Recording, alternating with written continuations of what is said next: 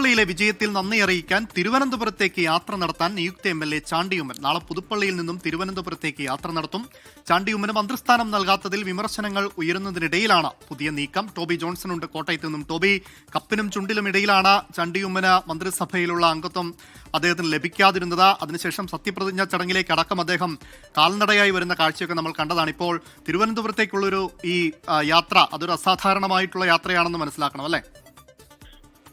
തീർച്ചയായിട്ടും നാളെ ഒരു സ്വീകരണമാണ് ആദ്യം സംഘടിപ്പിച്ചിരിക്കുന്നത്. അതായത് 9 മണിക്ക് പുതുപ്പള്ളി കവലയിൽ പുതുപ്പള്ളി പള്ളിയുടെ സമീപത്തായിട്ട് ഒരു സ്വീകരണം ഒരുക്കുന്നുണ്ട് ചാണ്ടി ഉമ്മന്.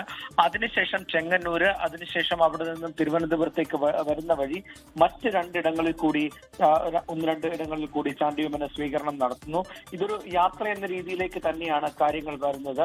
ഇങ്ങനെ പല സ്ഥലങ്ങളിലും സ്വീകരണങ്ങൾ വരുന്ന ഒരു പശ്ചാത്തലത്തിലാണ് ഇതൊരു സ്വാഭാവികമായ ഒരു യാത്രയായി കണക്കാക്കാൻ പറ്റാത്ത. രാവിലെ പുതുപ്പള്ളി കഴിഞ്ഞാൽ ചെങ്ങന്നൂര്, അതുപോലെ തന്നെ അടൂര്, കൊട്ടാരക്കര, ചടയമംഗലം, കന്യാകുളങ്ങര ഇത്രയും സ്ഥലങ്ങളിലാണ് സ്വീകരണം ഉള്ളത് എന്നുള്ളൊരു വിവരമാണ് നമുക്ക് ലഭിച്ചിട്ടുള്ളത്.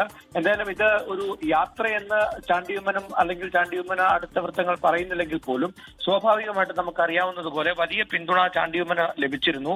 മന്ത്രിസ്ഥാനത്തേക്ക് വരുമെന്ന് ഏവരും പ്രതീക്ഷിച്ചതാണ്. എന്നാൽ അത് ഉണ്ടായുമില്ല. അപ്പോൾ മന്ത്രിസ്ഥാനത്തേക്ക് വരാതിരുന്നതിന് പിന്നാലെ ചാണ്ടിക്ക് വലിയ പിന്തുണ ലഭിക്കുന്നുണ്ട്.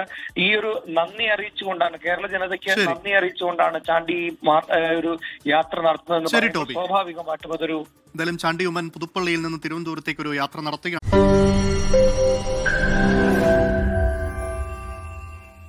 ലോകത്തെവിടെയായാലും ഏത് സമയത്തും 24 വാർത്തകളും ഓഗ്മെന്റഡ് റിയാലിറ്റി പാക്കേജുകളും എക്സ്പ്ലെയിനറുകളും വിശദമായി കാണാൻ ഞങ്ങളുടെ യൂട്യൂബ് ചാനൽ നിങ്ങൾക്ക് സബ്സ്ക്രൈബ് ചെയ്യാം.